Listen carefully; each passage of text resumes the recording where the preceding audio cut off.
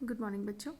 इससे पहले वाले वीडियो में मैंने आपको एक पुष्प की संरचना के बारे में बताया था, जिसमें हमने पुष्प के मेल और फीमेल पार्ट के बारे में पढ़ा था। अब हम पढ़ रहे हैं लैंगिक जनन की विधियाँ एक टिपिकल एंजियोस्पर्मिक फ्लावर में। तो बच्चों, लैंगिक जनन में देखो 2 कॉमन स्टेप्स होते हैं। पहला है युग्मकों का निर्माण, सेकंड है युग्मक संलयन। युग्मकों का निर्माण, युग्मक यानी कि गैमीट्स। तो गैमीट्स का फॉर्मेशन होता है सबसे पहले, मेल गैमीट और फीमेल गैमीट दोनों बनते हैं प्लांट में, और उसके पश्चात इन गैमीट्स का होता है संलयन, जिसे हम फर्टिलाइजेशन कहते हैं। ठीक, तो एक एक करके हम मेल और फीमेल गैमीट के निर्माण की प्रक्रिया को यहाँ पे पढ़ते हैं। सबसे पहले लैंगिक जनन में निषेचन पूर्व की संरचनाएं एवं घटनाएं। निषेचन का मतलब होता है मेल और फीमेल गैमीट का फ्यूजन, उसे हम निषेचन कहते हैं, जिसके फलस्वरूप जाइगोट बनता है। तो निषेचन के पहले क्या घटनाएं हो रही हैं मेल गैमीटोफाइट के निर्माण में। ठीक है, तो वहाँ पे सबसे पहला स्टेप हम यहाँ पे पढ़ेंगे। जो टॉपिक्स पहले है पुंकेसर, पुंकेसर के बारे में पढ़ेंगे। पुंकेसर क्या है, इसकी संरचना क्या है। एंथर की संरचना पढ़ेंगे, पॉलन सैक की संरचना पढ़ेंगे, और माइक्रोस्पोर यानी कि परागकण की संरचना के बारे में हम पढ़ेंगे, और कैसे मेल गैमीटोफाइट का निर्माण हो रहा है, कैसे परागकणों का निर्माण हो रहा है, ये हम यहाँ पे पढ़ेंगे। तो बच्चों, यहाँ पे आप देख सकते हैं ये एक पुंकेसर यानी कि स्टेमन, एक सिंगल स्टेमन की संरचना यहाँ पे आपको दिखाई हुई है। पूरा कैसा ये एक पुंकेसर को अगर हम किसी फ्लावर से अलग करते हैं तो क्या उसमें दिखता है। पहले आपके वीडियो में मैंने आपको बताया था फ्लावर के स्ट्रक्चर में ये जो हेड पोर्शन ये होता है, इसे हम बोलते हैं एंथर, और ये पतली तंतुमय संरचना कहलाती है इसकी फिलामेंट। ठीक है, ये जो एंथर है इसमें 2 पालियाँ होती हैं। ठीक है, 2 पालियाँ इसमें होती हैं। ये दोनों पालियाँ आपस में एक विशेष प्रकार के ऊतक से जुड़ी हुई रहती हैं, जिसे हम कहते हैं कनेक्टिव। ये ऊतक जो कि इनको जोड़ रहा है आपस में, ये कनेक्टिव कहलाता है एंथर। बीच में ये कनेक्टिव है जो एंथर की दोनों पालियों को जोड़ रहा है, और ये रहा इसका फिलामेंट। अगर हम इसका एक 3 डायमेंशनल आपको कट करके इसका स्ट्रक्चर, इंटरनल स्ट्रक्चर दिखाने के लिए इस प्रकार से इसको कट करें, 3D स्ट्रक्चर अगर आप देखेंगे इसका, तो आपको क्या दिखता है। देखो बच्चों, एंथर के अंदर क्या है, बाहर से ये 2 पालियों में बटा है, एक पाली ये, एक पाली ये। ठीक है, और प्रत्येक पाली अंदर से 2 कोश अपने आप में रखती है, जिनको हम कहते हैं पोलन सैक्स। ठीक है, इनको पोलन सैक या परागकोश कहते हैं हम, जिनके अंदर परागकणों का निर्माण होता है। ठीक है, तो ये जो एंथर है वैसे तो ये नॉर्मली बाइथीकस या डाइथीकस कहलाता है, क्योंकि इसमें 2 लोब से रहते हैं। बाइथीकस एंथर इसको हम कहते हैं, और प्रत्येक लोब के अंदर जो है 2 कोश रहते हैं। तो 4 टोटल परागकोश एक एंथर के अंदर पाए जाते हैं। प्रत्येक कोश में निर्माण होता है पराग कणों का। ठीक है, ये कैसे परागकण या पोलन ग्रेन्स कैसे बन रहे हैं, ये अब हम इसमें आगे समझते हैं। बच्चों, यहाँ पे एक ट्रांसवर्स सेक्शन दिखाया हुआ है एंथर का, जो अभी हमने पढ़ा था पुंकेसर का जो एंथर भाग होता है उसका ट्रांसवर्स सेक्शन, ये आपको यहाँ पे दिखाया गया है। इसमें क्या क्या भाग हैं, कहाँ पर परागकणों का निर्माण होता है, कौन सी कोशिकाएं मदद करती हैं परागकणों के निर्माण में, कौन सी कोशिकाएं परागकणों में कन्वर्ट होती हैं, ये सब मैं आपको इस डायग्राम में बताऊँगी, और आप लोग ये डायग्राम याद करके इसको बनाना सीखेंगे। तो देखो बच्चों, ये ट्रांसवर्स सेक्शन है एक एंथर का, जिसमें कि मैंने आपसे कहा था बाहर से ये बाइथीकस होता है, 2 पालियाँ होती हैं, और अंदर से प्रत्येक पाली 2 कोशों में बटी रहती है। इनको परागकोश कहते हैं। 1 2 3 4 इसमें परागकोश हैं। तो जो आउटर मोस्ट इसकी लेयर रहती है, आउटर मोस्ट लेयर, सबसे बाहरी जो लेयर होती है, ये कहलाती है एपिडर्मिस। सबसे बाहरी जो लेयर है ये इसकी एपिडर्मिस कहलाती है। ठीक है, अच्छा, ये 1 2 3 4 जो पालियाँ हैं, यहाँ पे एक पाली को यहाँ पे डिटेल में इस तरीके से आपको दिखाया हुआ है। ठीक है, तो पहले इसको समझ लेते हैं क्या है। ये एंथर का ट्रांसवर्स सेक्शन है। ट्रांसवर्स सेक्शन में आपको 4 कोश, परागकोश आपको दिख रहे हैं।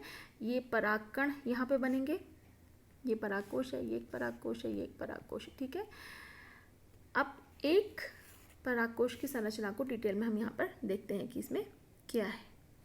आउटर मोस्ट लेयर मैंने आपको कहा था कि सबसे बाहरी लेयर जो होती है वो एपिडर्मिस या बाह्यत्वचा की होती है। इसके बाद एक और मोटी लेयर पाई जाती है पेरेन्काइमेटस टिश्यू की, जिसको हम कहते हैं एंडोथीसियम। जैसे यहाँ पे लिखा हुआ देखो, एंडोथीसियम, सेकेंड लेयर क्या है, एंडोथीसियम की। इसके बाद 3 to 4 लेयर पैरेन्काइमा की होती है। 3 से 4 स्तर पैरेन्काइमा कोशिकाओं के पाए जाते हैं और उसके बाद पाई जाती है एक स्पेशल ऊतक का स्तर यहाँ पे पाया जाता है जिसको हम कहते हैं टेपिटम।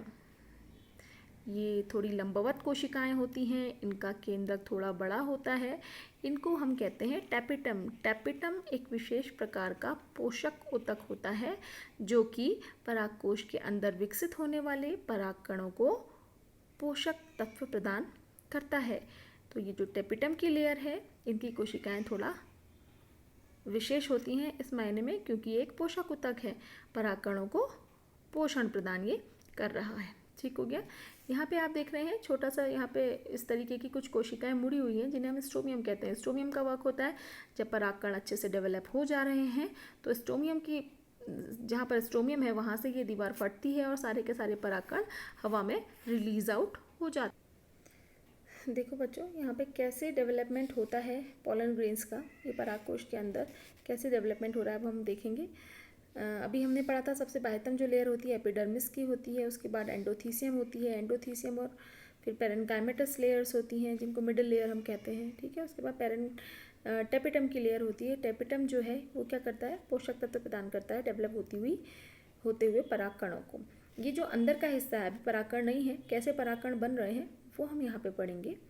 तो बच्चों यहाँ पे ये जो कोशिकाएं अंदर चिपकी हुई एक दूसरे से सटी हुई कोशिकाएं हैं कहलाती हैं आर्कीस्पोरियल कोशिकाएं या आर्कीस्पोरियल सेल्स। ये आर्कीस्पोरियल सेल्स कन्वर्ट होकर के बनाती हैं microspore mother cells. Microspore mother cells में ये कन्वर्ट होती हैं। शुरुआत में ये क्लोजली पैक्ड रहती हैं, इनके बीच में कोई स्थान नहीं होता है, पर धीरे धीरे क्या होता है, ये ढीली होती जाती हैं, बीच में से कुछ कोशिकाएँ डिज़ोल्व हो जाती हैं और थोड़ी कम ये बच जाती हैं यहाँ पे। और उसके बाद ये माइक्रोस्पोर मदर सेल्स में क्या होता है, माइक्रोस्पोरोजेनेसिस होती है जिसको हम कहते हैं लघु बीजाणु जनन। लघु बीजाणु जनन की प्रक्रिया होती है जिसमें कि एक माइक्रोस्पोर मदर सेल जो है, एक लघु बीजाणु मात्र कोशिका जो है, उसके अंदर अर्धसूत्री विभाजन की क्रिया के द्वारा यानी कि मियोसिस के द्वारा एक माइक्रोस्पोर मदर सेल से 4 माइक्रोस्पोर्स का निर्माण होता है। 4 माइक्रोस्पोर बन जाते हैं जो कि अगुणित होते हैं। ठीक है, और ये 4 अगुणित माइक्रोस्पोर इसके अंदर साथ में जुड़े हुए रहते हैं और धीरे धीरे वाटर कंटेंट अपना लूज़ करते हैं, डिहाइड्रेट होते हैं, एक दूसरे से अलग अलग होते हैं और ये कन्वर्ट हो जाते हैं किसमें, माइक्रोस्पोर्स में। किस प्रकार कन्वर्ट होते हैं ये अभी आगे हम आपको बता। देखो बच्चों, ये पूरा संरचना यहाँ पे हमको एंथर का ट्रांसफर सेक्शन है। यहाँ पर प्रत्येक जो परागकोश है वहाँ पे परागकण डेवलप हो चुके हैं, एक दूसरे से अलग अलग हो चुके हैं, अभी अलग अलग स्पीशीज़ में है। कुछ में क्या होता है कि सारे के सारे साथ में जुड़े रहते हैं, कुछ में ये अलग अलग पहले ही हो जाते हैं। स्ट्रोमियम की दीवार यहाँ से फटती है, अभी मैंने आपको पहले बताया था stomium is that place from where this pollen grains came out of the pollen sac, right. तो स्ट्रोमियम पे यहाँ पे कोशिकाएं ढीली होकर के फटना शुरू करती हैं, परागकण हवा में रिलीज हो जाते हैं और ये परागकणों को फिर पहुँचाया जाता है कहाँ पे, female part of the flower that is stigma. Stigma में ये परागकण पहुँचते हैं bye means of various agencies, जो कि अभी हम थोड़ा सा आगे नेक्स्ट हेडिंग पॉलिनेशन में आपको बताएंगे। बच्चों, अभी मैं आपको बता रही थी कि जो परागकण होते हैं डिफरेंट टाइप से अरेंज रहते हैं अलग अलग प्लांट स्पीशीज़ में। ये टेट्राहेड्रल तरीके से है, ये आइसोबाइलेटरल, 2 अगल बगल हैं।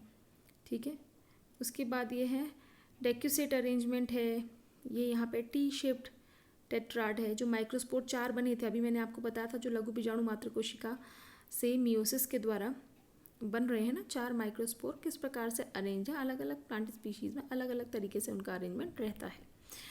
एक यहाँ पे आप ये डायग्राम देख रहे होंगे, इसको हम बोलते हैं पॉलिनियम। आक या मदार का पेड़ आपने नाम सुना होगा, मदार का कैलोट्रोपिस जिसे हम बोल रहे हैं, उसमें जो अरेंजमेंट है इस प्रकार से पॉलिनियम बन जाते हैं। उसमें क्या बनते हैं, पॉलिनियम बन जाते हैं, ऐसे थैलेनुमा संरचनाएं